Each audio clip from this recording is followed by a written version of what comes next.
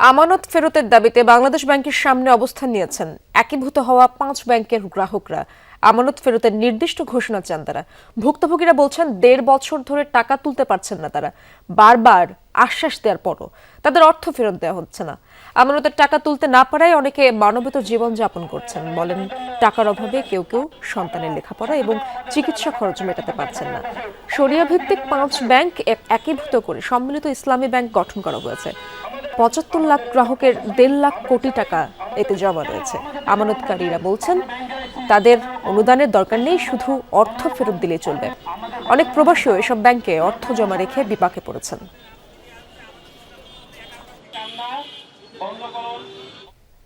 দর্শক, এ বিষয়ে আরো জানবো সহকর্মী আলমগীর হোসেনের কাছ থেকে। আলমগীর, জানাবেন ভুক্তভোগীরা কর্তৃপক্ষের সাথে কি যোগাযোগ করতে পেরেছে কিনা? রেইনবো অলরাউন্ডার এক্সটেরিয়র পে বাড়ির বাহিরের দেয়ালের সুরক্ষা নিয়ে থাকুন নিশ্চিন্ত, সাথে পাচ্ছেন 10 বছরের ওয়ারেন্টি।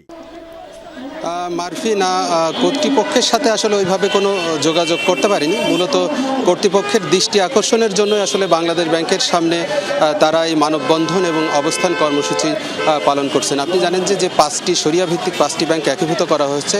এই ব্যাংকে কিন্তু 75 লাখ গ্রাহক রয়েছে এবং তাদের প্রায় 1.5 লাখ কোটি টাকা, 1,42,000 কোটি টাকা এইসব ব্যাংকে আটকে রয়েছে। সেই আমানতের টাকাগুলো আসলে তারা দীর্ঘদিন ধরে চলতে পারছে না।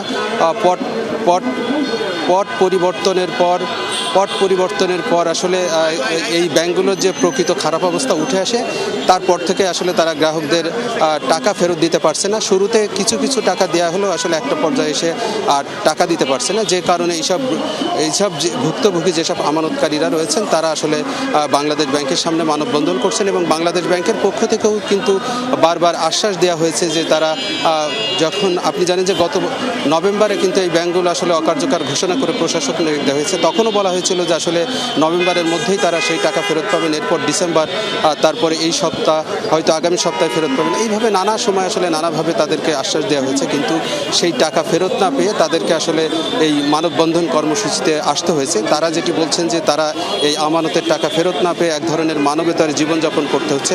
অনেকে আসলে এইসব ব্যাংকে টাকা রেখেছিলেন, সেই মুনাফা দিয়ে পরিবারের খরচ নির্বাহ করতেন, ছেলে মেয়ের লেখাপড়া, বয়স্কদের চিকিৎসার ব্যবস্থা হতো এখান থেকে মুনাফা টাকা তুলে, কিন্তু সেই টাকাটা তুলতে না পেরে তারা এক ধরনের মানবতার জীবনযাপন করছেন। তারা এখন চান যে আমানত সুরক্ষা আইনে যে 2 লাখ টাকা দেওয়ার কথা বলা হচ্ছে সেটি যেন দ্রুত দেওয়া হয়, এবং বাকি টাকা কিভাবে দেওয়া হবে সেই টাকাগুলো দেওয়ার একটা রোডম্যাপ তারা দ্রুত সময়ের মধ্যে ঘোষণার দাবি জানিয়েছেন আজকের এই অবস্থান কর্মসূচি থেকে।